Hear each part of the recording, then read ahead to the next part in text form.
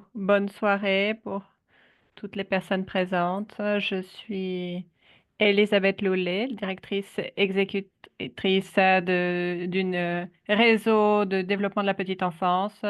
Nous sommes EGDAN, nous sommes un réseau global de 350 partenaires dans tout le monde, y compris notre partenaire et,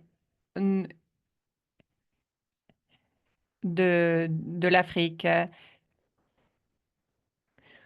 Nous allons partager nos connaissances et nos expériences. Nous faisons la promotion des intérêts des enfants et de la jeunesse. Comme vous le savez, l'Alliance pour l'éducation internationale et de l'échange de connaissances, connue comme KIC, c'est un effort global avec le Centre de développement international qui génère des données probantes sur la façon de mettre à l'échelle les données probantes en matière d'éducation et mettre terme aux brèches dans le domaine de l'éducation avec le soutien très généreux de la Fondation Lego qui nous a soutenus dans différents projets de recherche et d'apprentissage numérique. Avec UNICEF aussi, nous avons soutenu le développement de l'accélérateur ECE et nous soutenons l'échange de connaissances entre pairs, entre différents pays pour renforcer l'éducation précoce de la petite enfance. Nous allons partager un lien avec le set d'outils que nous avons pour vous. Notre effort continue et donc nous sommes très contents d'utiliser cette plateforme pour que les différents membres puissent apprendre les uns des autres en termes d'innovation et de mise à l'échelle de ces connaissances. Nous avons des experts aujourd'hui d'EGDAN, du Partenariat mondial pour l'éducation, de différentes organisations et de représentants, de dirigeants d'organisations sociales pour partager sur les différentes expériences ont été réalisées en Gambie, au Malawi et dans d'autres pays. Aujourd'hui, il est crucial de partager nos expériences entre différents pays et d'apprendre les uns des autres. Je vous souhaite donc cordialement la bienvenue. Merci de nous accompagner aujourd'hui et nous espérons que vous profiterez de toute l'information partagée dans ce webinaire et la mettre en place dans vos différents pays. Merci Elisabeth, je suis Brett White, je suis dirigeant en termes de politique publique. Je vais modérer la première partie de ce webinaire. J'aimerais passer la parole à Tricia, qui est la directrice de ce programme en termes de connaissances et de production de connaissances dans notre centre international et spécialiste de la Fondation Lego pour qu'elle puisse donner quelques mots de bienvenue. Merci.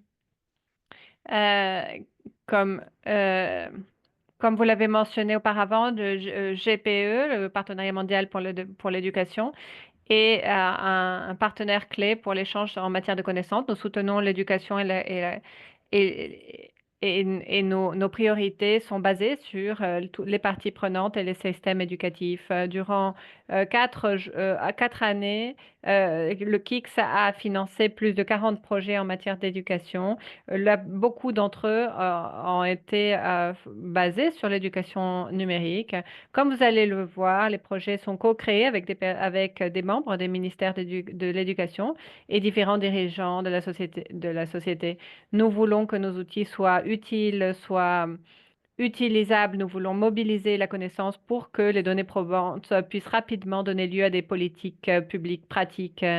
Et, cela commence donc avec un système qui fonctionne, des recherches qui sont faites pour la mise à l'échelle. Dans ce webinaire, vous allez entendre un rapport de synthèse sur l'enseignement numérique, en particulier sur 2 projets de KICS qui ont eu un grand impact. Avant de passer la parole à la Fondation Lego, j'aimerais vous inviter à utiliser les expériences et les connaissances que nous avons générées dans les différents liens que nous allons partager avec vous pour que vous puissiez avoir accès aux pédagogies que nous développons et que vous puissiez avoir accès à plus d'informations sur notre site web. Je ne vais pas prendre plus de temps. Je voudrais remercier de nouveau, vous remercier pour nous accompagner. Merci aux organisateurs qui ont organisé ce webinaire et je donne la parole à Jill.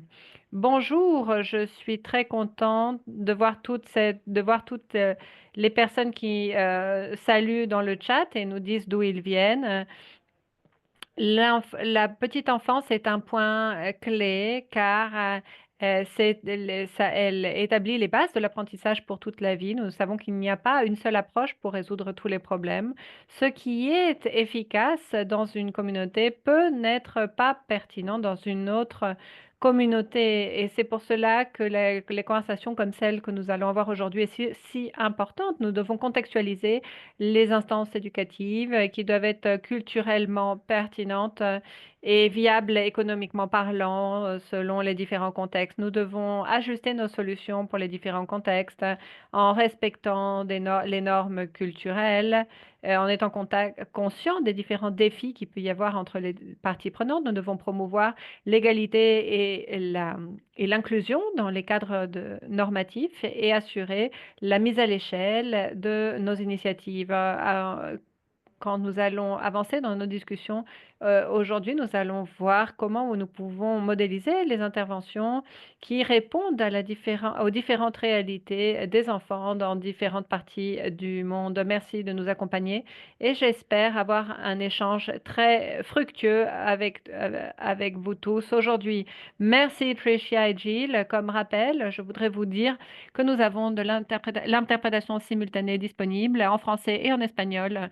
Vous pouvez sélectionner le langage dans lequel vous aimeriez entendre ce webinaire dans la partie inférieure de votre écran. Vous pouvez aussi utiliser la fonction de questions-réponses pour pouvoir participer.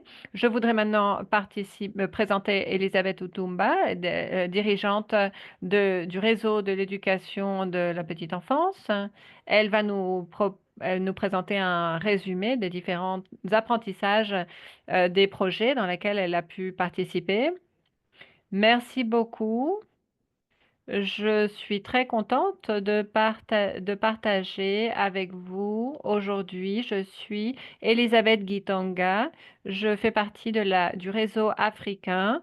Et dans la diapositive suivante, j'aimerais vous montrer quelques étapes clés, quelques données clés de notre réseau de la petite enfance en Afrique. Nous sommes un réseau de travail qui fait la promotion de différentes initiatives et projets pour promouvoir l'éducation de la petite enfance.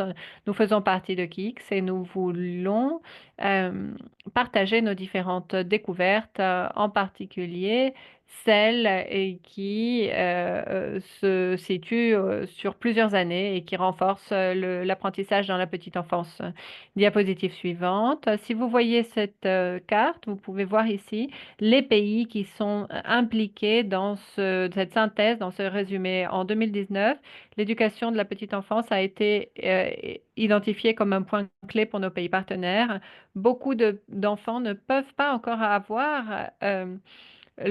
accès à cette éducation. Et il y a beaucoup de pauvreté éducative encore dans ces pays. Et donc, les pays membres ont décidé de chercher des mesures qui permettent d'atteindre de résultats significatifs en matière d'éducation précoce et pour institutionnaliser et pouvoir offrir des meilleurs résultats. C'est comme ça que nous avons mis en place différents projets dans différentes organisations, dans plus de 20 organisations pendant l'année 2024, dans 19 pays de bas et moyens revenus, spécialement en Afrique. Comme vous pouvez le voir, il y en a certains aussi dans le continent asiatique. Continuons avec la diapositive 4. Nous avons ici une synthèse d'apprentissage et de découverte et des discussions aussi dont nous avons discuté. Nous avons exploré 5 thèmes centrales, les pédagogies basées sur le jeu, ensuite la formation des professeurs et développement professionnel, ensuite l'équité de genre et l'inclusion sociale, et comme thèmes centraux, Ensuite, quatrième thème, nous avons la mise à l'échelle et durabilité de la planification de nos politiques. Et finalement, nous avons aussi l'implication de la communauté des parents.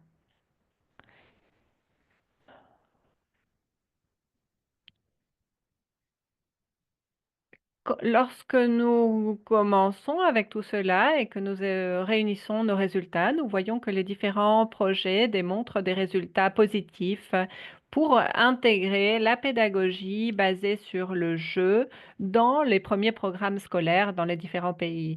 Euh, Néanmoins, en dépit de plusieurs politiques nationales, la mise en place de la pédagogie basée sur le jeu continue à être un défi sur le continent. Qu'est-ce que nous avons appris de tout cela? Je vais souligner deux leçons apprises. Par rapport à la pédagogie basée sur le jeu, nous pouvons voir ici que les stratégies, comme par exemple former les professeurs, les enseignants sur la pédagogie basée sur le jeu, et ont, ont montré de bons résultats pour faire la promotion de cette pédagogie et pour fermer quelques brèches qu'il peut y avoir en termes de pédagogie. Nous pouvons voir aussi que l'implication de la communauté et des parents, ainsi que différents facteurs et matériaux qui soient pertinents culturellement, sont des points clés pour pouvoir avoir une mise en place efficace.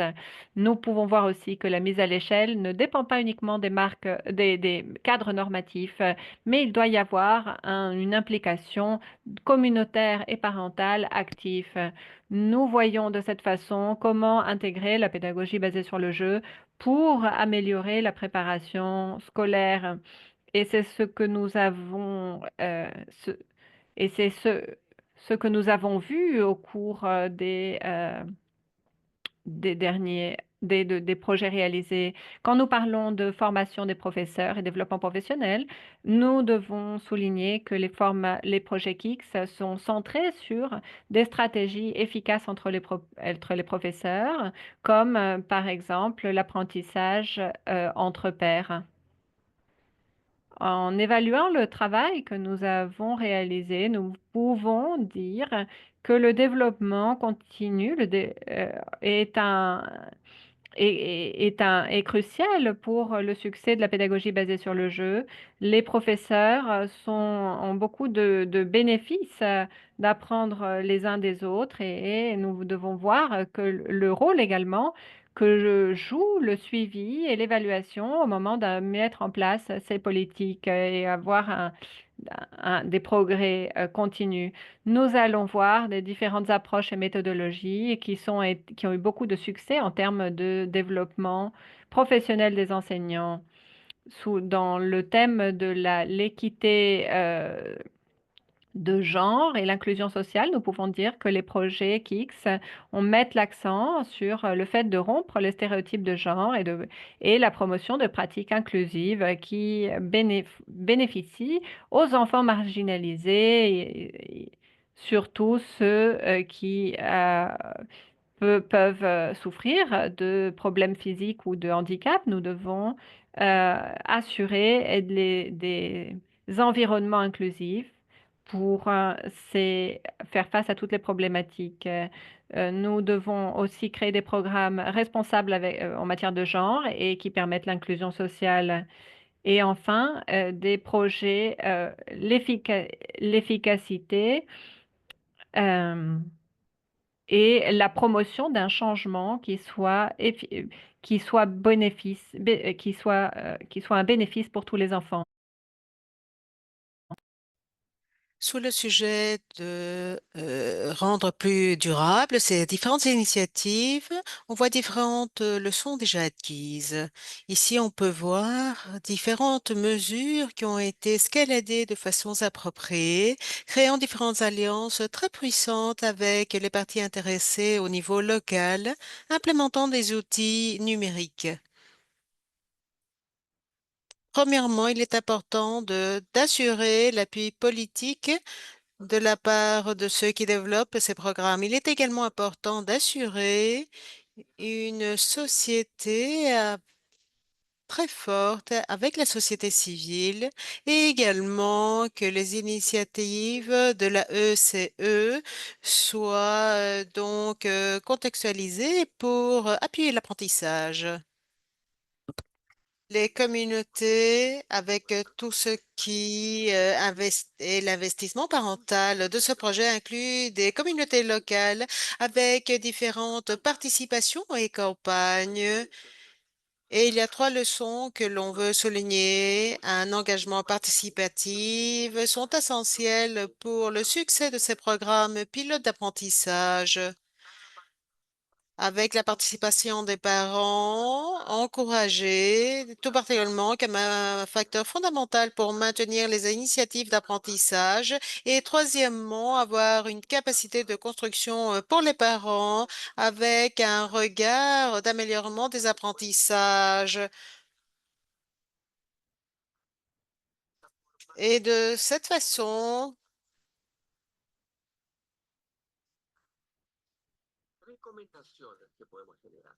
recommandations. Je vais souligner 5 recommandations. L'importance d'intégrer le jeu dans le ECE, en accord aux âges et en accord aux ressources des professeurs et des parents. Il faut renforcer également tout cela pour les professeurs.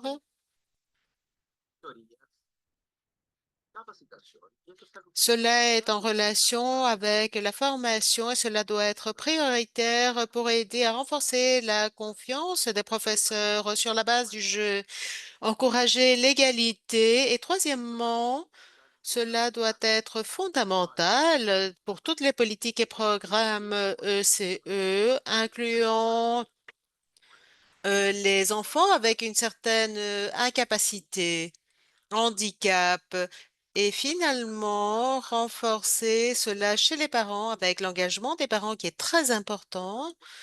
Cela peut se faire avec des campagnes de formation, de prise de conscience pour que tout le monde soit formé correctement pour le succès de ces programmes d'apprentissage. Et finalement, cela doit être en accord à la scalabilité et avec les différents modèles pour pouvoir collaborer au niveau local et international. Merci beaucoup. Merci pour votre attention.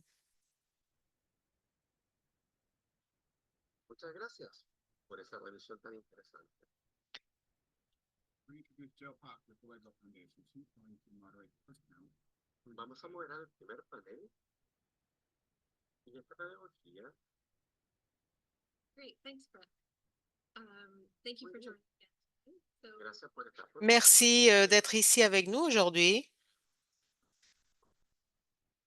Pour la première session de cette journée, nous allons débuter avec le premier thème de cette synthèse de ce rapport, KICS, et nous allons voir alors comment cela s'est développé de la part des communautés générant des politiques. Nous avons 3 présentations. Vous pouvez donc partager vos questions sur le chat. Dr. Catherine de l'université, spécialiste en éducation de l'enfance, va nous présenter les principaux aspects de ce projet KICS avec un regard sur l'apprentissage sur la base du jeu dans l'éducation primaire.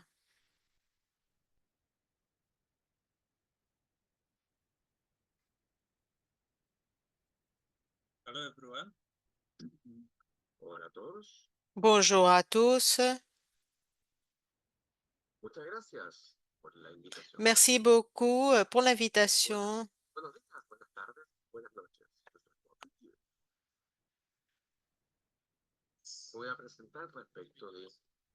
Je vais présenter à l'égard de préparation associée à la pédagogie sur la base du jeu.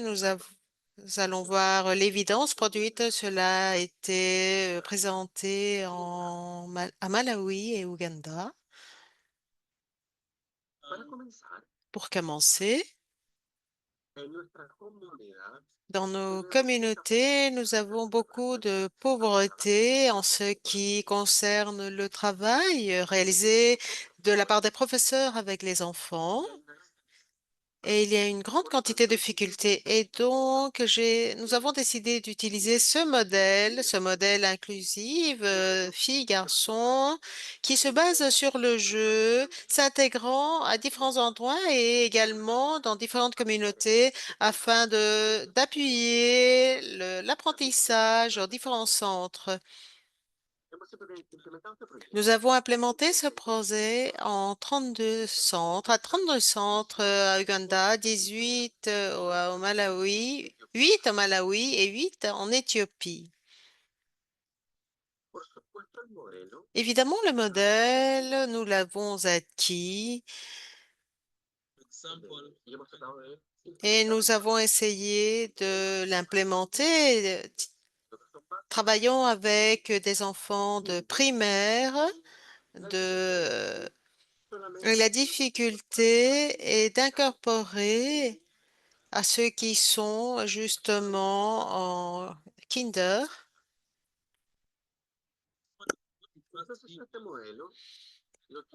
Ces modèles découverts ici,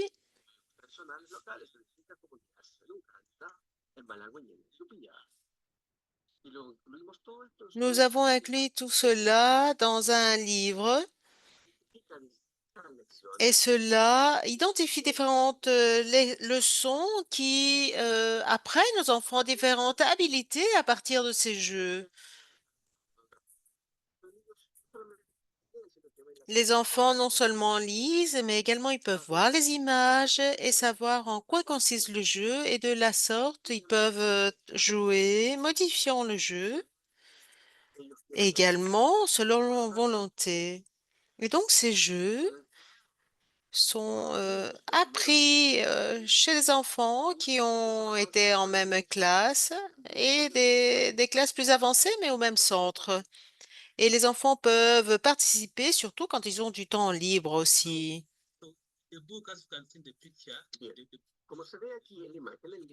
Alors, comme on voit ici sur l'image,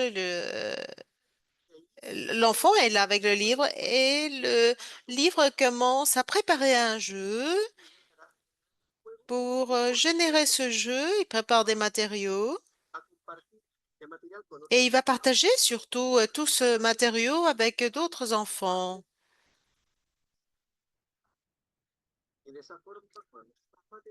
Avec ces matériaux, il peut jouer et évidemment apprendre.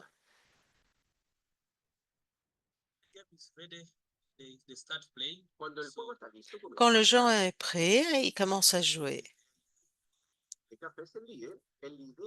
Et le leader lidère donc le jeu. Et donc, nous avons ici, par exemple, un jeu de blocs. Quelqu'un réalise des croix, d'autres figures. Et de la sorte, donc, certains ne le font pas de tout à fait correctement et les autres enfants, donc, peuvent les aider.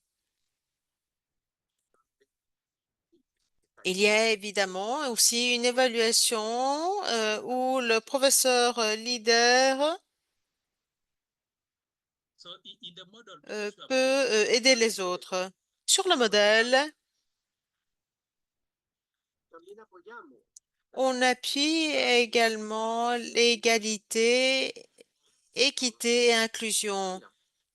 Et donc, on peut inclure beaucoup d'hommes afin qu'ils puissent appuyer les enfants dans leurs jeux et activités. Les parents sont inclus dans ces activités. Et s'il y a des enfants avec des besoins spéciaux, ils sont également inclus. Ils ne restent pas éloignés de l'activité. Et donc, il y a toute une activité qui permet de renforcer des habilités et générer un certain intérêt parce que si l'enfant est très intéressé sur quelque chose en particulier, de la sorte, il peut apprendre aux autres l'habilité qu'il a. et ainsi il a quelque chose qu'il peut apporter. Certains jeux sont seulement pour filles ou garçons parce que tout le monde peut s'intéresser à ça. Et ainsi, on peut éliminer les stéréotypes au sein du jeu. Comme vous verrez, les jeux peuvent être des jeux, par exemple ici sur cette sorte de bac à sable, mais l'enfant peut décider donc à quoi jouer et développer ses intérêts individuels et participant également de façon collective. Et donc ici, ils partagent un endroit en commun et ils peuvent se rendre compte qu'être ainsi ensemble est une alternative pour se fournir un appui réciproque et, et de là développer également ses objectifs individuels.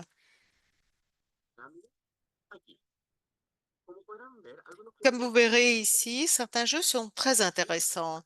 Quand ils s'unissent au jeu, par exemple ici sur l'image, on voit un enfant avec un besoin spécial. L'enfant peut maintenant participer du jeu et cela l'aide à être incorporé au groupe.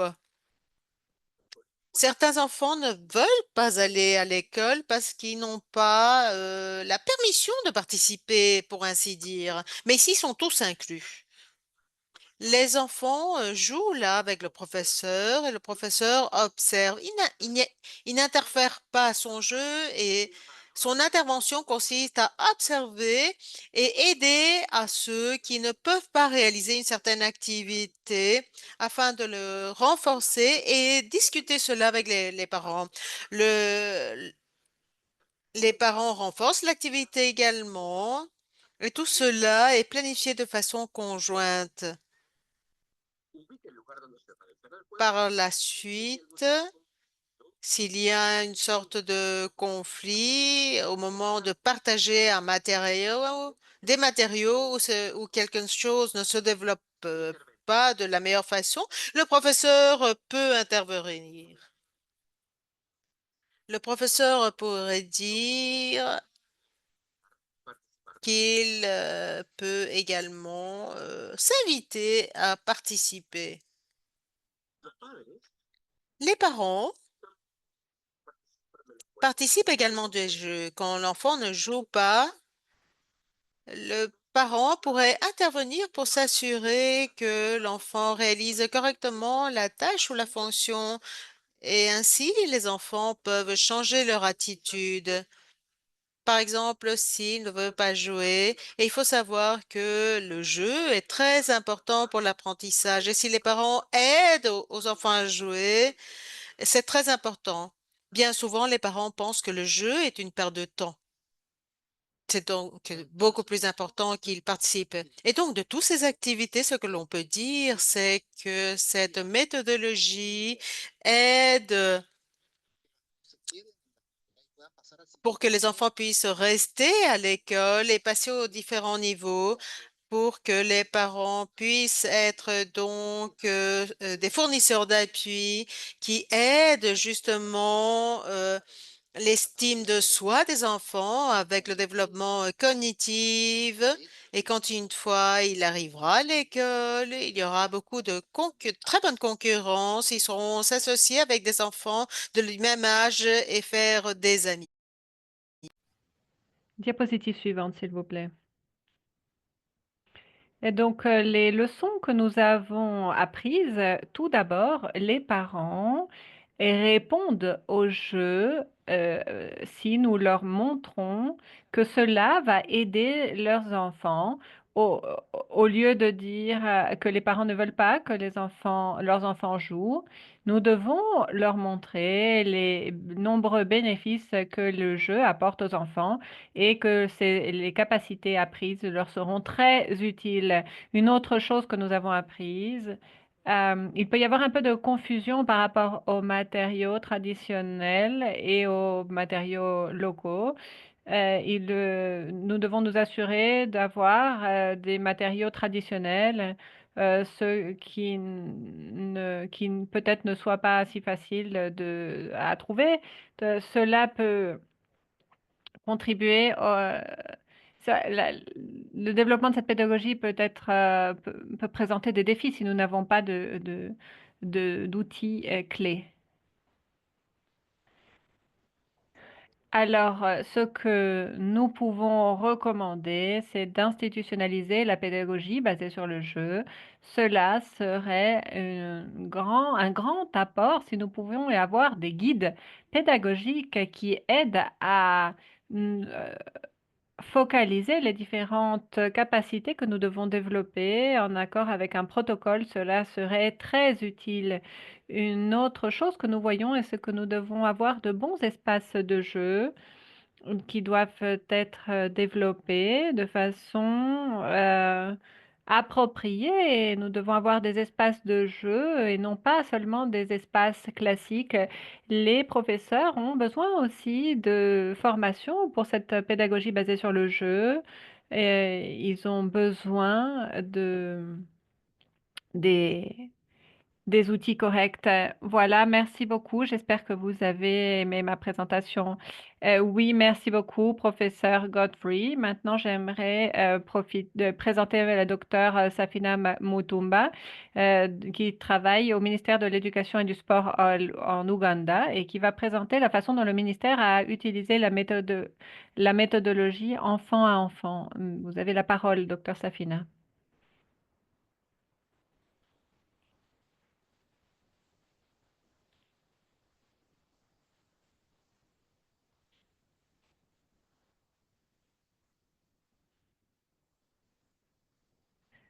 Docteur Safina, est-ce que vous pourriez activer votre micro?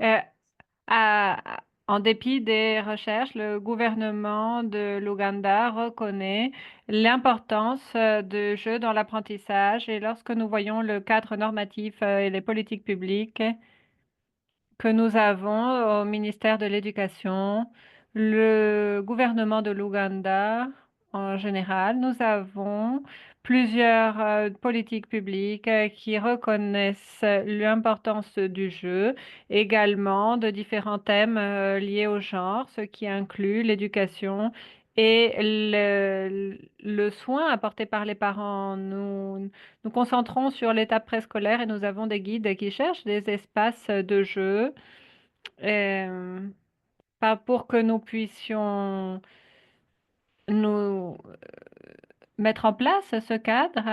Les enfants apprennent à travers le jeu dans tous les domaines. Nous avons également des normes qui vont de 3 à 6 ans. On peut voir que les enfants apprennent par le jeu euh, et avec des enfants d'autres âges et à une mobilisation des parents également pour qu'ils jouent avec leurs enfants et qu'ils s'impliquent avec eux à travers le jeu. Et même si les parents ne peuvent pas reconnaître que c'est la meilleure méthodologie et qu'ils peuvent préférer l'étude plus scolaire, nous avons un engagement dans ce sens et nous pouvons voir dans les routines quotidiennes dans les écoles, nous avons des formation pour les différents membres de la communauté pour promouvoir le jeu. Nous avons un livre pour parents qui a été développé pendant le Covid-19 et qui met en avant le fait que les parents sont les premiers professeurs des enfants et que de cette façon, par le biais des activités dans le foyer et dans différentes façons de travailler aussi par rapport au genre, les enfants peuvent apprendre beaucoup de leurs parents. Nous avons le soutien de l'UNICEF. Nous développons les meilleurs standards pour les écoliers. Nous avons donc l'opportunité de mettre en place des espaces de jeu dans l'école et hors de l'école avec l'université avec laquelle je travaille. Et dans le centre de programme scolaire national, il nous a été présenté un guide pour les responsables des enfants et en tirant des leçons de tous les bénéfices du jeu. En Ouganda, nous avons établi une communauté de pratique pour toutes les personnes qui souhaitent soutenir l'apprentissage par le jeu de façon à travailler ensemble et nous assurer de pouvoir mettre en place des activités euh, liées au jeu. Et en dépit du fait que nous reconnaissons l'importance de l'apprentissage basé sur le jeu, nous avons des défis également dans notre pays. Il nous manque des guides clairs sur la méthodologie basée sur le jeu parce que ce que nous devons remettre aux professeurs, nous commençons à peine notre voyage dans ce domaine et ils ne sont pas encore assez formés. Lorsqu'ils arrivent à nos écoles, la plupart d'entre eux n'ont pas les capacités pour pouvoir donner réellement l'opportunité aux enfants d'apprendre par le jeu. Et euh, nous avons, nous voyons que beaucoup de professeurs se concentrent surtout sur les parties scolaires d'apprentissage classique au lieu de donner l'opportunité aux enfants d'apprendre par le jeu. Les professeurs eux-mêmes ont été formés de manière traditionnelle, donc ils n'ont pas la méthodologie du jeu. C'est un grand défi pour les enseignants pour pouvoir euh, aider les enfants à apprendre par le jeu et que les enfants ne perdent pas l'opportunité d'apprendre par eux-mêmes par le jeu. Les parents également exigent de mettre l'accent sur l'apprentissage scolaire classique en dépit du fait de toutes les données probantes sur les résultats de l'apprentissage par le jeu. Nous pensons, comme spécialistes, qu'il y a beaucoup de développement possible pour l'alphabétisation, les mathématiques, mais les parents et surtout ceux qui ne savent pas beaucoup dans ce domaine ne comprennent pas le bénéfice du jeu.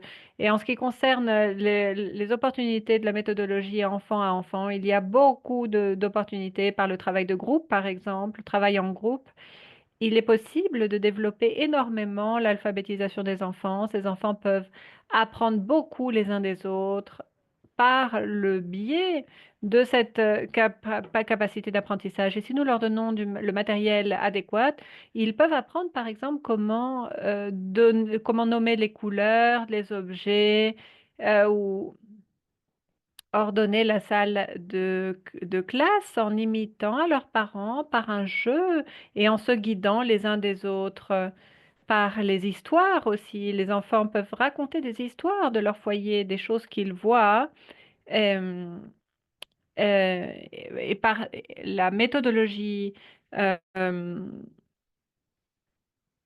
et par cette méthodologie, ils peuvent aussi apprendre beaucoup en matière de genre et par les chansons aussi.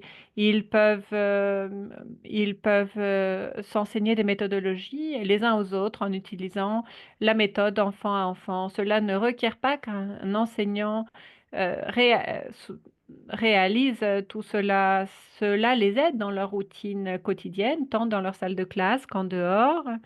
Il y a beaucoup de choses qui peuvent être faites dans ce domaine par, euh, de cette façon, il est possible de se développer beaucoup sans un professeur. Nous avons plusieurs plans futurs pour continuer à mettre à l'échelle cette méthodologie. Nous travaillons avec l'université Chambalou.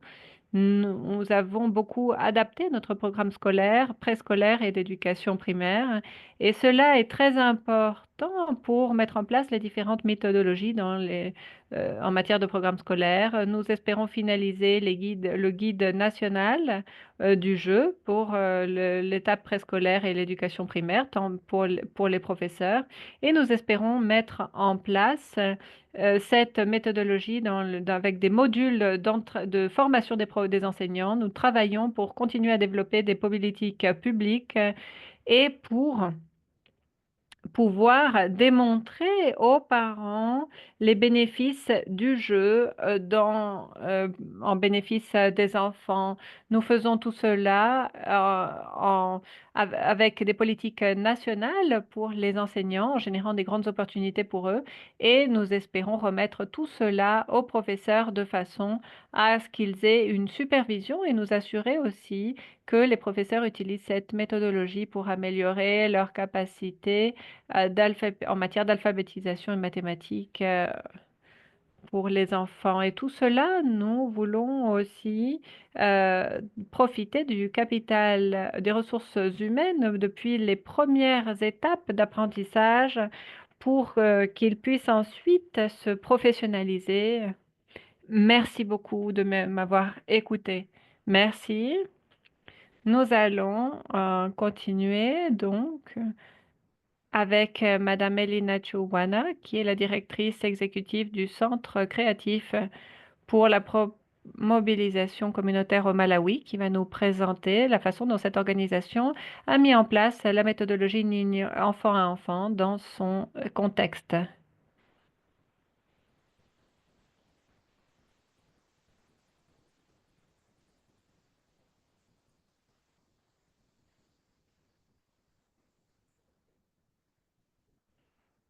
Bon après-midi à tous, bonjour à tous.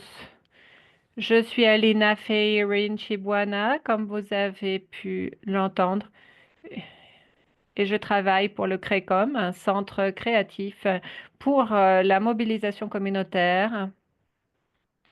Et ce que nous faisons,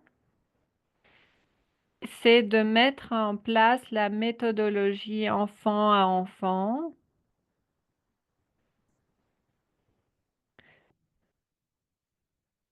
Il y a plusieurs défis existants au Malawi, par exemple en termes d'éducation. Nous ne nous concentrons pas sur les enfants ou sur le jeu. En raison de cela, nous sommes surtout centrés sur le côté académique, scolaire, et nous nous sommes rendus compte des bénéfices de la méthodologie enfant à enfant, et nous pensons que c'est une grande opportunité. Et donc, le projet a développé et offert un guide très détaillé pour apprendre cette méthodologie basée sur le jeu. Nous avons présenté également la pratique de l'apprentissage basé sur le jeu d'enfant à enfant, et comme cela a été présenté précédemment. Et la pédagogie enfant à enfant a été introduite au niveau des foyers également pour que les enfants continuent à apprendre après l'école. Nous travaillons avec des facilitateurs pour voir comment continuer à soutenir les écoliers dans leur foyer. Un autre thème a été aussi les matériaux de jeu insuffisants, et nous remettons aux communautés des ressources pour qu'ils puissent produire des matériaux de jeu.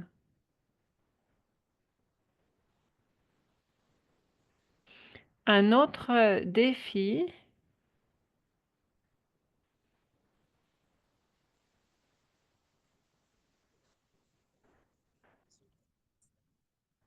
c'est l'entraînement, la formation inadéquate que reçoivent les responsables ou les enseignants, spécialement dans les zones rurales. Et donc, nous voulons que les facilitateurs puissent orienter et guider le jeu, et également aux créateurs de politiques publiques pour qu'ils puissent adopter cette méthodologie, parce que nous avons remarqué que cela est très important.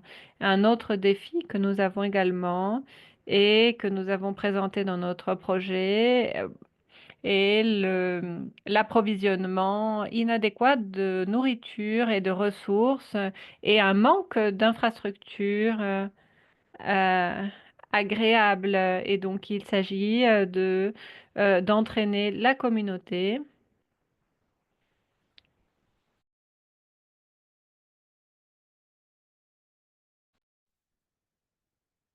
Et de la sorte, donc, on implémente toutes ces méthodologies.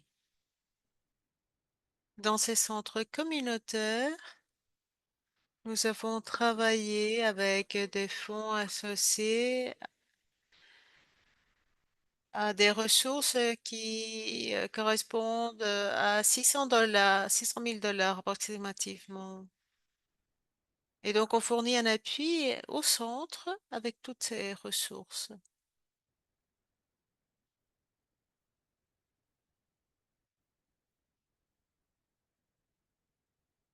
projection suivante, s'il vous plaît.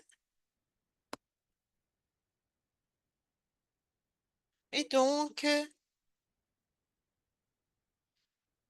pourquoi nous avons décidé d'adopter cette méthodologie et travail avec les enfants? Premièrement, ici, il y a des piliers thématiques euh, appuyés par le gouvernement pour fournir une éducation équitative et inclusive. Comme vous pouvez voir, éducation égalitaire, c'est le deuxième pilier sur lequel on travaille. Et c'est des opportunités pour implémenter ces pilotes dans différents districts. Et donc, tel que j'ai signalé, nous avons vu les résultats durant l'implémentation. Le premier élément est qu'il y a eu un plus grand développement de lidérat et de confiance, également chez les facilitateurs. Et ensuite, ils ont inspiré également les enfants pour qu'ils puissent apprendre davantage au sein du jeu, dans l'entourage du jeu. Nous avons vu également que certains apprentissages ont permis à certains enfants de continuer à travailler en dehors de l'école. Et nous avons également observé,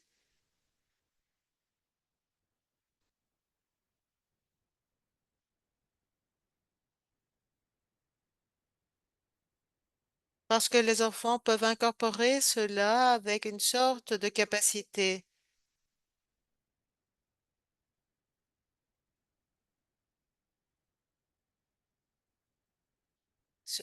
Et auparavant, il n'y avait pas ce guide d'appui entre les enfants qui permettent que l'apprentissage soit plus simple parce que les enfants pouvaient choisir le jeu qu'ils voulaient jouer.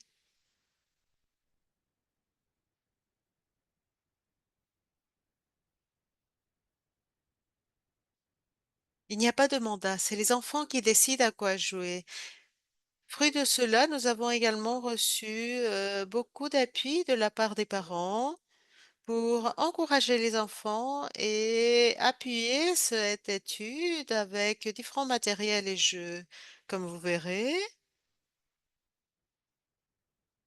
tout ce que nous avons mentionné et tout ce qui a été réalisé de la part des hommes et femmes nous permet d'indiquer que les hommes s'investissent davantage aux activités. Nous avons ici les poupées qui ont été fabriquées par les enfants de la communauté. Alors, comment on voit cela avec l'éducation préscolaire pour ce modèle? On travaille durant la conception de la proposition. Durant la récollection de données, nous avons réalisé l'analyse de base et la ligne finale. Également, nous avons mobilisé cet apprentissage afin de avoir un suivi de l'apprentissage également au foyer. Également, nous avons revu le curriculum du travail des enfants, la formation chez les plus jeunes et celui du centre et comité également pour pouvoir travailler dans les communautés pour que ces centres communautaires soient durables à travers le temps. Et donc, tel que nous avons implémenté ce regard et technologie et pédagogie avec les enfants, cela a fourni des résultats très intéressants. Et ce qui est également très intéressant, c'est que la grande majorité des centres d'éducation avec lesquels nous avons travaillé,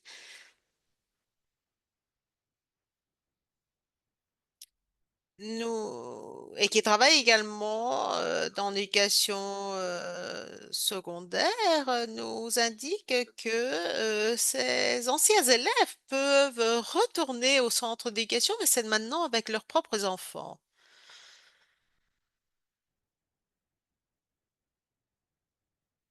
Et voilà ce que l'on voulait partager avec vous. Merci beaucoup pour votre temps et écoute.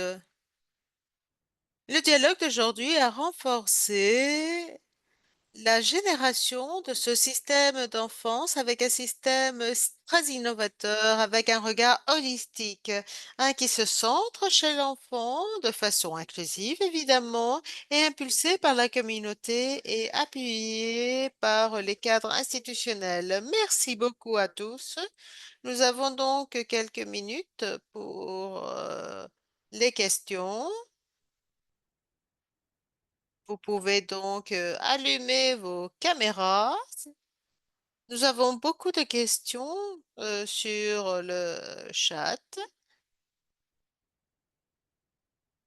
et quelques questions à l'égard du rang et terre de l'intervention et en relation au matériel qui ont été mentionnés. Pouvez-vous nous parler un peu davantage? Beaucoup de personnes au webinaire parlent de l'équilibre, d'échellement pour que cela soit de grande relevance également sur d'autres contextes. Pourriez-vous répondre sur les matériels, les rangs et terres, docteur Réju? On travaille de 3 à 6 ans, mais comme vous savez, dans ces centres communautaires, parfois les enfants ont 4 ans et on a des questions sur concernant le plus petit, 1 ou 2 ans. Et cela fait partie du cours qui se constitue. Et donc, même les plus petits peuvent participer. Mais le jeu et l'âge est très flexible, donc en accord à la communauté. En ce qui concerne les matériels, je pense que sur la page web de Kix, nous avons inclus cette information et nous l'avons également ici au chatbox. Et donc, vous pouvez obtenir ce matériel, le télécharger. Quelle est la mission d'Escalé avec la relevance pour un contexte en particulier? Premièrement, on permet les modifications, on peut modifier le contexte et les matériels génèrent un cadre de travail, générant un jeu. Et ces jeux peuvent avoir différents noms, différents matériels, différentes sortes d'interventions. Les enfants peuvent reconnaître ce jeu et peuvent le modifier. Et donc cela en relation au contexte.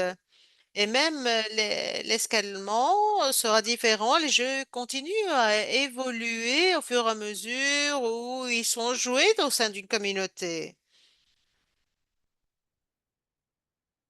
Je pense que cette question est pour vous tous.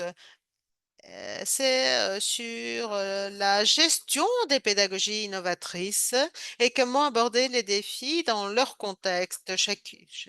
Par exemple, la disponibilité de ressources.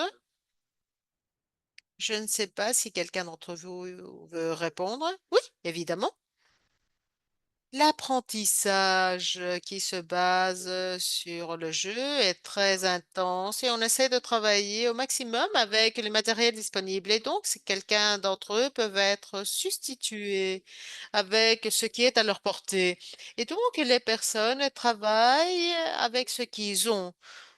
On n'insiste pas pour qu'ils travaillent avec ceux qui n'ont pas, parce que sinon ils ne pourraient pas avancer. Donc, on contextualise avec les matériels disponibles et on observe le type d'objectifs et leçons que les communautés veulent obtenir et on adapte les jeux pour que les enfants puissent avancer. Léna ou docteur Sabina, voulez-vous ajouter quelque chose?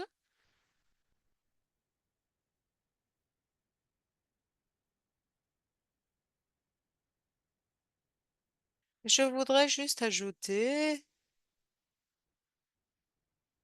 professeur Sabina, vous avez la parole.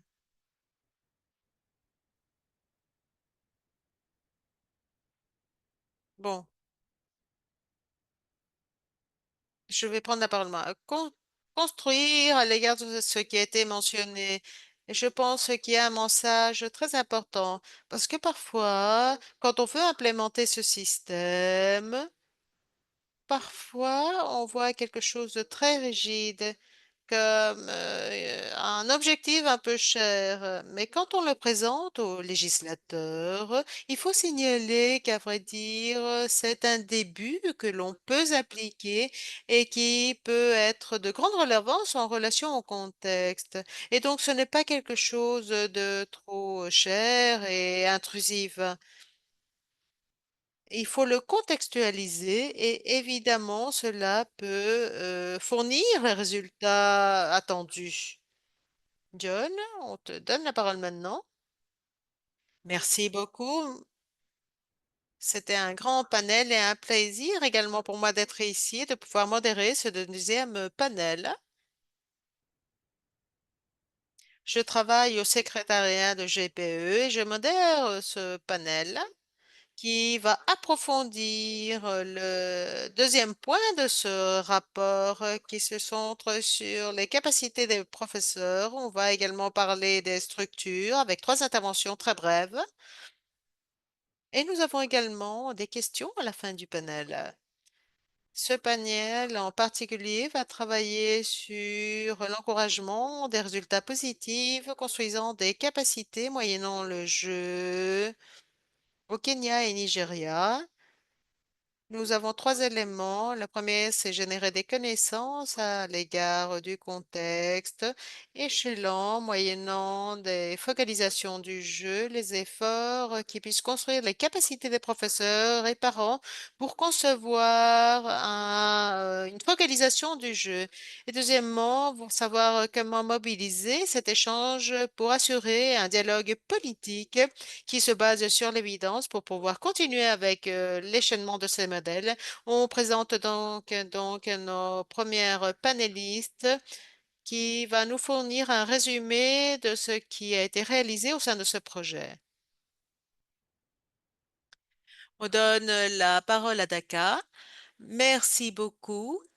Ce projet fait partie d'une recherche qui avait comme objectif comprendre les cultures et comment elles jouent, de même qu'identifier les capacités des professeurs pour développer cela. La recherche développée a montré certains écarts dans l'apprentissage et enseignement de la part des professeurs au moment du jeu. On peut passer donc à la projection suivante, s'il vous plaît. Bonjour.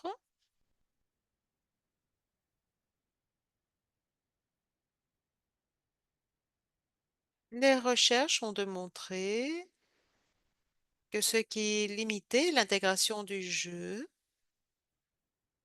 et que le développement des professeurs ne se focalisait pas toujours sur le développement des habilités qui puissent faciliter le jeu. Il y avait également des ressources inappropriées dans la salle de classe et il y avait peu d'adaptation des matériels de jeu pour les enfants avec un handicap et focalisation de genre. Une fois identifiées ces brèches, les 3 pays faisant partie de ce programme, la Gambie, le Nigeria et le Kenya, ont développé des stratégies pour le développement professionnel des enseignants. Gambie, ils ont amélioré leur programme Goal avec du nouveau contenu et en renforçant leurs outils de suivi et de qualité avec l'inclusion de matériaux basés sur le jeu. Le Nigeria s'est aussi concentré sur le développement d'une meilleure formation des enseignants basée sur le programme Regio Heu, centré sur les professeurs, les éducateurs et le différent personnel de soutien des écoles. Ils ont travaillé également avec, de la connaissance autochtone, l'inclusion de genre et les handicaps, et ce qu'on voit dans le cas du Nigeria, et qu'ils ont développé une banque d'activités de jeux pour aider leurs enseignants à partir du programme scolaire. Le Kenya s'est focalisé sur l'intégration de la méthodologie basée sur le jeu dans le programme. euh, Merci. Oui, ils ont eu également une intégration de ces apprentissages basés sur le jeu avec le programme basé sur les capacités, également du matériel et des guides pour les enseignants et les enfants. Et ils ont développé également les capacités des professeurs à partir du programme basé sur les capacités ainsi que des stratégies pour faciliter l'apprentissage basé sur le jeu. En ce qui concerne l'inclusion de genre, l'équité et l'inclusion, la prise en compte de l'équité en matière de genre a été incorporée dans tout le processus de conception du programme. Si nous pouvons voir la diapositive suivante. En voyant plusieurs méthodologies et approches basées sur le genre et le handicap également, et comment les intégrer dans un programme basé sur le genre. Les matériaux, guides, tout cela doit pouvoir guider l'enseignant pour qu'il puisse inclure le genre et le handicap dans le jeu ainsi que différentes connaissances autochtones et autres aspects à considérer. En ce qui concerne les leçons à apprendre, qu'est-ce que nous avons appris de tout cela? C'est qu'il y a trois modèles l'on peut mettre à l'échelle d'apprentissage basés sur le jeu au Nigeria, au Kenya, qui nous ont donné d'excellents résultats par rapport à la capacité des enseignants à intégrer l'apprentissage basé sur le jeu dans le programme scolaire. Et il me semble que les éléments clés que l'on peut souligner entre les trois pays et l'approche basée sur le programme scolaire en s'assurant que le programme soit intégré avec différents aspects d'apprentissage basé sur le jeu, les ressources pour les professeurs, deuxième point, et le développement de capacités. Et enfin, troisième point, le soutien aux enseignants et la supervision, bien sûr, les trois éléments clés.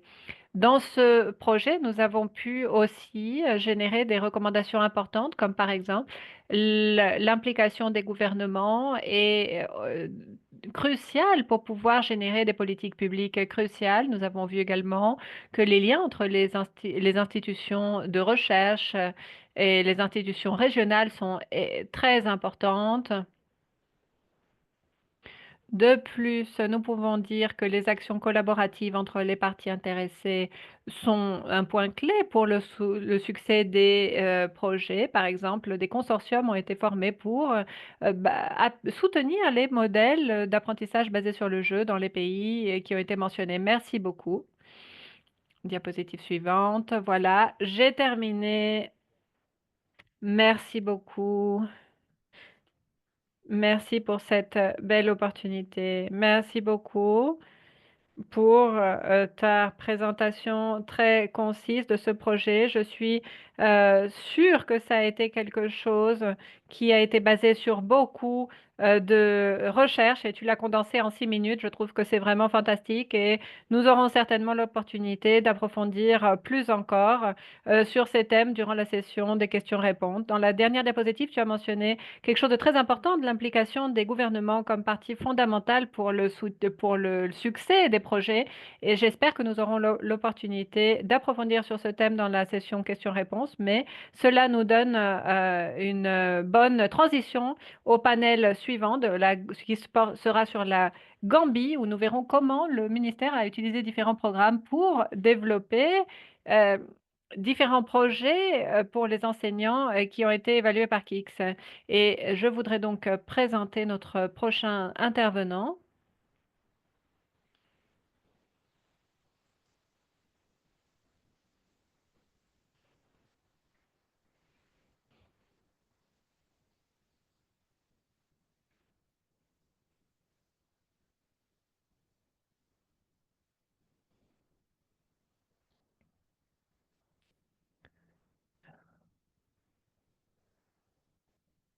Est-ce que nous pouvons voir si l'audio fonctionne? Lamine, nous sommes prêts, donc nous te donnons la parole.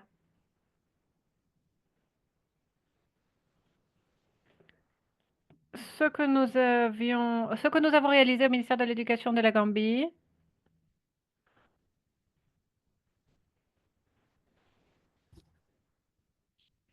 est d'incorporer et consolider différentes politiques qui ont été recommandées et les produits que nous avons générés sont un modèle amélioré de programme qui a été amélioré en incluant plus d'activités basées sur le jeu, ainsi que le renforcement de la capacité des professeurs. Également, nous avons amélioré différents livres et matériaux de travail pour que les professeurs puissent utiliser ces présentations dans leur salle de classe dans toutes les différentes écoles qui font partie de ce programme. Bien sûr, nous avons également développé un ensemble d'outils pour les professeurs pour qu'ils puissent voir comment le programme antérieur a été mis en place dans ces écoles.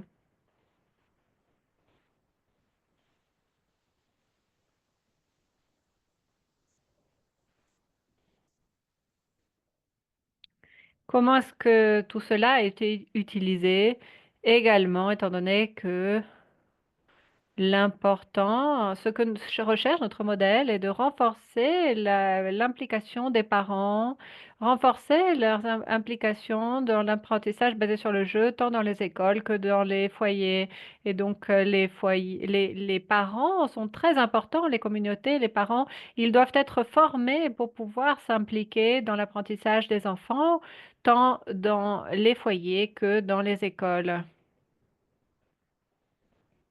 Nous devons comprendre que l'apprentissage est quelque chose de continu qui prend place dans différents espaces. Nous avons développé des matériaux d'apprentissage basés sur le jeu, appropriés selon l'âge.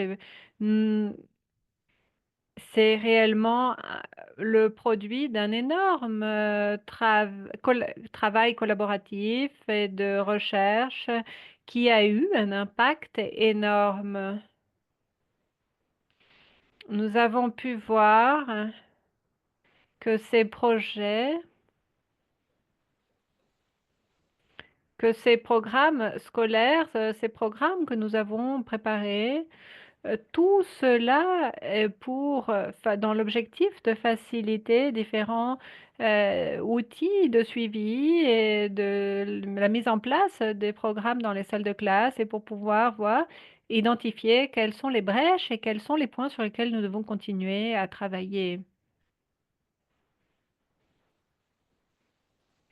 Et donc, en vue de tout cela, nous avons des recommandations. Le ministère est toujours très engagé sur le thème du financement des différents produits, car nous devons continuer à travailler au sein du ministère. Le financement nous permet de continuer à travailler et à renforcer des matériaux régionaux et nationaux basés sur le jeu pour pouvoir générer une véritable banque sur le jeu au niveau national. C'est quelque chose qui doit être renforcé si nous avons le financement nécessaire.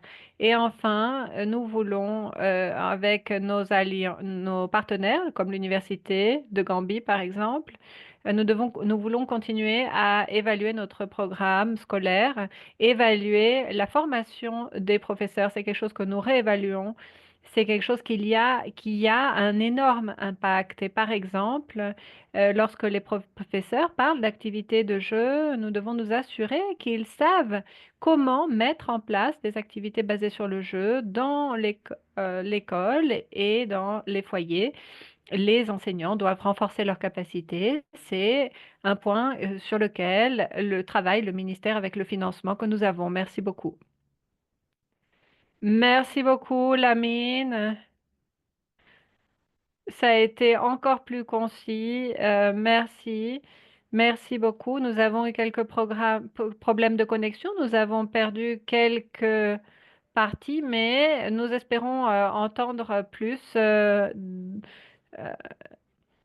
Y compris la façon dont nous espérons entendre sur la façon dont la recherche a aidé la Gambie à pouvoir mettre à l'échelle cette méthodologie dans le pays. Merci encore de nouveau pour ta présentation.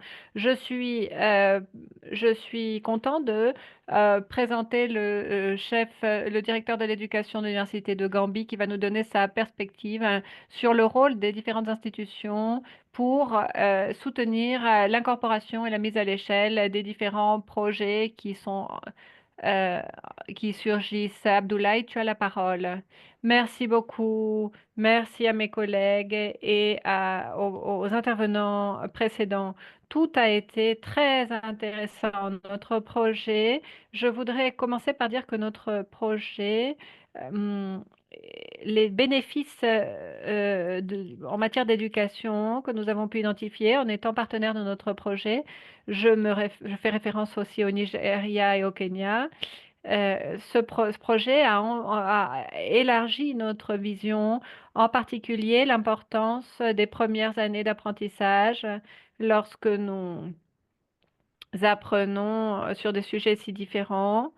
En particulier, en Gambie, nous avons beaucoup de thèmes sur lesquels nous devons travailler, par exemple en matière de programmes scolaires, où nous devons nous assurer que l'apprentissage basé sur le jeu soit ajusté à la réalité locale pour avoir les meilleurs résultats possibles. C'est quelque chose qui est fondamental. En deuxième lieu, quelques apprentissages, parmi apprentissages les plus importants que nous avons pu avoir, nous devons nous responsabiliser et être responsables de la réévaluation du programme scolaire en Gambie et à partir de cela, pouvoir faire des recommandations sur la meilleure manière pour le gouvernement de prendre en compte ces recommandations pour incorporer le jeu dans les programmes et que cela soit adapté pour le programme scolaire national et améliorer l'apprentissage préscolaire et la préparation à l'école et générer un véritable cadre normatif pour tous.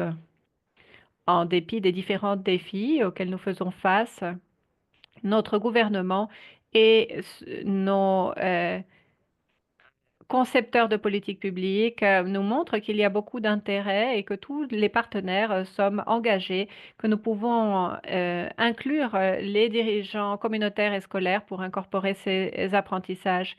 Et enfin, il me semble qu'il est très intéressant que dans cette recherche, nous puissions voir comment institutionnaliser un programme scolaire basé sur le jeu et son adoption en Gambie pour un apprentissage qui dure toute la vie, nous parle de la durabilité de l'apprentissage, d'un apprentissage qui dure donc toute la vie. Cela est très important. Nous devons contextualiser les matériaux qui puissent être utilisés par les professeurs dans leur développement pédagogique et dans leurs capacités par rapport aux évaluations qu'ils peuvent réaliser et également maintenir l'apprentissage à l'intérieur comme en dehors des écoles. C'est une grande préparation et quelque chose de très important qui doit être pris en compte. Et enfin, et ce n'est pas pour cela le moins important, l'institutionnalisation du programme GOAL. Nous voyons que parmi les défis, qu'il y a des défis sur le chemin et qui ont à voir avec le développement professionnel des enseignants et les brèches et qui sont observables. C'est le résultat de formation insuffisante par rapport à un programme scolaire de compétences et nous devons nous demander comment est-ce que ces professeurs sont préparés pour ces leçons. Ce sont certains des défis que nous avons vus et également de quelle manière nous pouvons réaliser des évaluations de manière appropriée. Peu importe le niveau de l'enfant, le contexte de l'enfant, même, il faut considérer des handicaps, il faut voir les habilités pour des évaluations appropriées pour tous. Voilà les recommandations que nous devons réaliser pour le développement professionnel des professeurs comme initiative pour améliorer l'apprentissage et incorporer le jeu pour que ce soit un apprentissage pour toute la vie. Voilà ce que ont besoin les enfants et c'est très important et cela doit être intégré au curriculum de l'école et se transformer également en quelque chose de très important pour les professeurs et les communautés. Cela doit être adopté afin que l'on puisse adopter et transformer les écoles en une ambiance de jouissance et d'apprentissage. C'est tout cela est très important. On apprécie énormément vos points de vue. Merci beaucoup. Merci beaucoup. Nous allons partager vos leçons et engagements sur ce projet. On a pris note des défis et on réitère l'importance de l'engagement, de participation aux institutions pour ces processus. Je pense que c'est un rôle fondamental sur la dissémination au niveau pays et également au niveau régional. Merci beaucoup donc pour tous vos apports. En écoutant les différents panélistes, on voit qu'il y a des défis encore en relation au développement professionnel et le concept de l'éducation préscolaire. Lors de cette présentation d'aujourd'hui, nous avons parlé à l'égard de développement sur différents contextes. Les personnes des préscolaires sont uniques. Dans différents pays, on cherche et on observe différents services qui peuvent se générer au niveau public, au niveau des communautés, et le niveau d'habilité de la force de travail et ces différences est quelque chose de très important. Nous devons nous adapter aux formations pour le développement professionnel, tout spécialement pour continuer avec un développement continu en dépendance du contexte. Voilà ce qui résonne à l'égard de ce qui a été mentionné pour toutes ces observations. Et il faut donc aborder la force de travail si diverse de différents pays. En ce qui concerne l'éducation préscolaire, on voit également comment on peut travailler de façon effective en éducation préscolaire, comment on peut renforcer la volonté politique aussi. Et donc, il est très important que l'on puisse justement impliquer tout le monde pour que l'éducation préscolaire fasse partie d'un dialogue au niveau politique. Et l'évidence là est fondamentale parce que cela permet de soulever le débat tant pour le développement professionnel des professeurs et sur tous les aspects aussi dont l'éducation préscolaire aura besoin. Il faut donc soulever cela au niveau du gouvernement politique pour générer des contextes, pour s'assurer que l'on puisse justement continuer à avancer tous ensemble pour la génération de ressources au niveau local aussi et sur d'autres contextes. Là-dessus, je pense qu'il y a encore quelques minutes pour les questions. Je vais peut-être commencer avec une des questions justement concernant le suivi. Lors de votre présentation, vous avez parlé de l'importance d'engager des hauts niveaux du gouvernement sur l'implémentation de recherche et on pourrait donc partager quels sont les pas les plus importants pour renforcer l'engagement avec le gouvernement et assurer que l'évidence soit disponible pour que de la sorte, les institutions nationales puissent justement informer concernant justement de ces politiques. Merci de la question. Pour y répondre, je peux dire qu'il y a une grande quantité de dimensions qu'il faut aborder. Premièrement, nous devons générer un engagement avec le gouvernement, justement, depuis le début du projet. Le gouvernement doit être présent et attentive à l'égard de l'identification de ces recherches et quel est le sujet sur lequel on établit les recherches. Avec le gouvernement, nous devons réaliser tous les pas sur le projet de recherche depuis la conception et également en ce qui concerne l'engagement ou le contrôle des politiques ou l'application des politiques qui puissent se découler à partir de la recherche. Nous devons donc besoin que le gouvernement, non seulement il consomme des connaissances, mais également soit co-créateur de connaissances. Et cela doit être marqué comme évidence au sein de la recherche. Un événement, un élément important, c'est que la recherche doit répondre au pays, au gouvernement et à ses priorités. Vous avez parlé du lien avec les politiques et les politiques comme un cadre de travail avec le gouvernement. Tout cela doit être aligné sur les objectifs du projet de recherche et également les priorités du gouvernement. C'est quelque chose de très important pour s'assurer qu'il y ait une société durable et pour que le gouvernement également continue à participer de ces initiatives. Je pense que ce sont là quelques-uns des éléments fondamentaux sur votre question. Merci beaucoup. J'espère que ces points puissent se transférer à d'autres participants. Principalement, sur ce webinaire, on veut voir comment certains regards peuvent s'adapter à à différents contextes nationaux. Merci à tous de ces questions si importantes et enrichissantes. Il y a différents contextes tout au long du monde. Peut-être une question un peu rapide. On comprend que parmi le dialogue politique, il y a un sujet qui s'élève et c'est un grand défi. Cette évidence a été utile pour que vous puissiez plaider pour l'inclusion et le dialogue et mobiliser plus de ressources pour le sous-secteur. Alors, quelle est l'importance de tout cela pour chacun d'entre vous?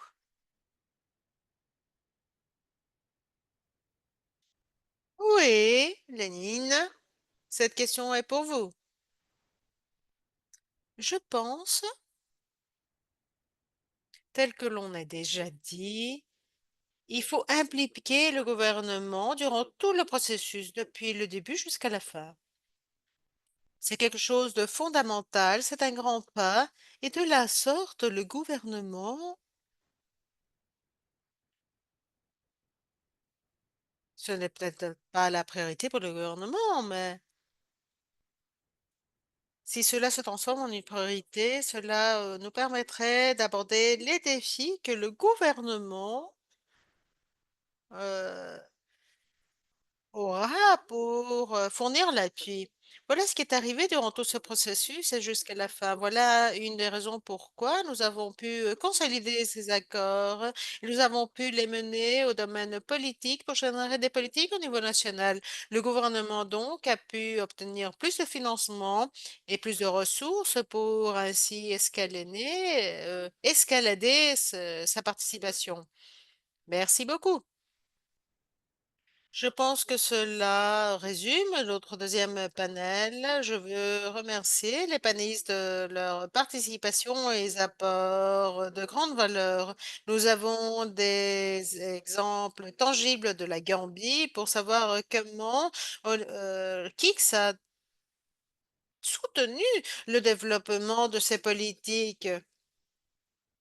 Et tout cela avec le jeu comme outil d'apprentissage. Maintenant, je veux donner la parole pour terminer cette conférence à Macpherson.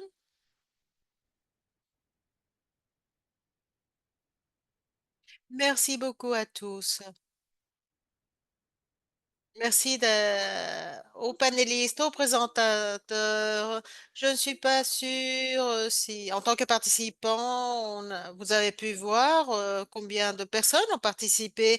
Et on est arrivé presque à 600 personnes. Cela montre la force de notre communauté, l'importance de ce type de travail pour la communauté et l'éducation préscolaire. Je remercie également le réseau d'Afrique et de ces euh, R également, les présentations.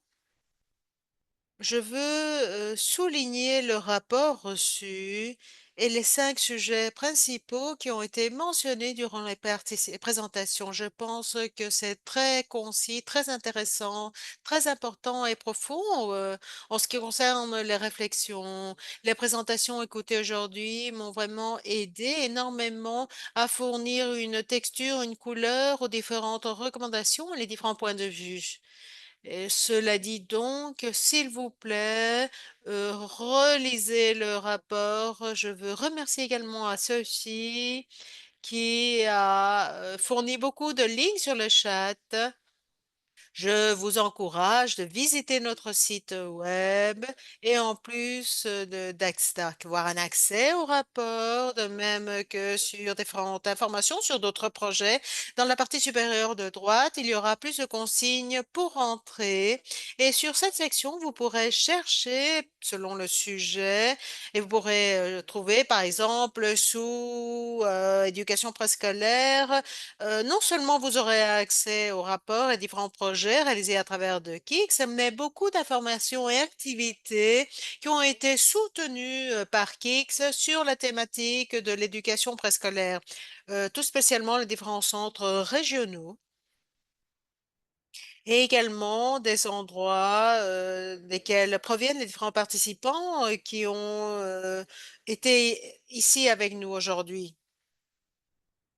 Les dernières paroles avant de clôturer cette rencontre, je veux souligner la richesse des discussions, de la fonction du chat, la partie de questions-réponses. Alors, merci beaucoup, non seulement d'avoir posé vos questions, mais également, je remercie les panélistes d'avoir répondu à ces questions. Il y a beaucoup de points de vue, il y a beaucoup de réflexions générées. Alors, je vous encourage à revoir le chat, revoir également les sections de questions-réponses. Mon dernier commentaire avant de terminer est qu'il y aura un deuxième webinaire qui sera centré sur le renforcement de systèmes et d'applications familiales en mois de mai. Cela dit, vous aurez accès avec une information de grande relevance. Alors, souvenez-vous, le 21 mai, il y aura justement ce webinaire. Merci beaucoup aux présentateurs, aux partenaires et évidemment aussi aux interprètes qui ont permis que l'on puisse avoir une vraie réunion internationale avec cette discussion en plusieurs langues. Alors, merci beaucoup. Je vous souhaite beaucoup de succès dans vos travails respectifs et bonne journée.